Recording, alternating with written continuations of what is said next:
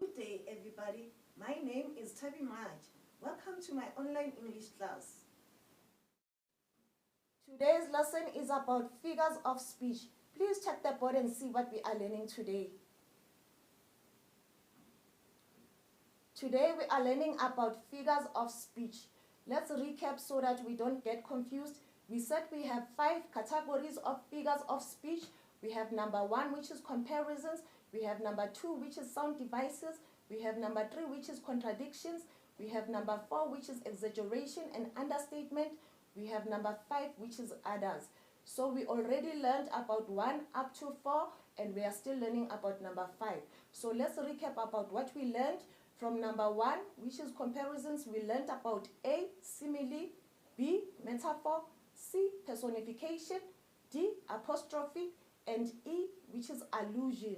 Then we learned about number 2, which is sound devices, and under sound devices we learned about letter A, which is alliteration, B, assonance, C, onomatopoeia, D, rhyme.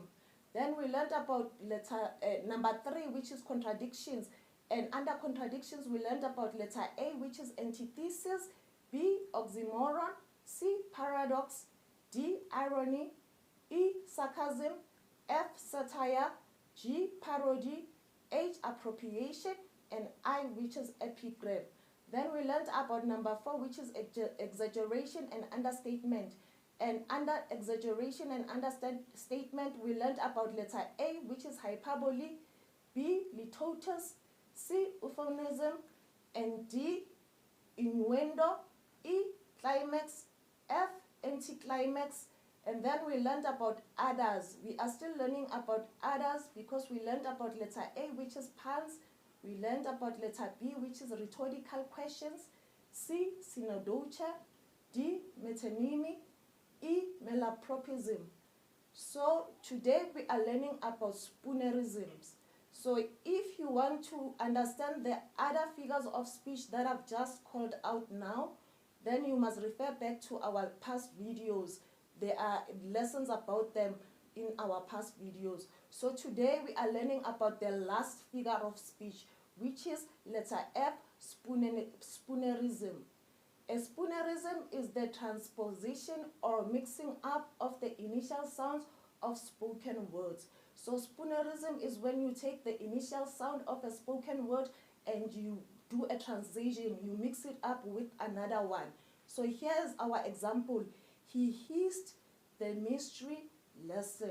So hiss is a sound that a snake makes, and then mystery, it is something that you don't understand that needs to be solved.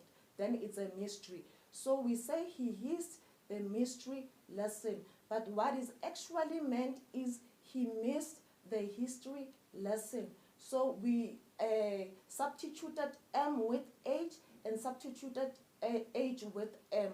So the original text is he missed the history lesson, but here it was a mix-up of words where the first word are mixed up. So this is called Spoonerism.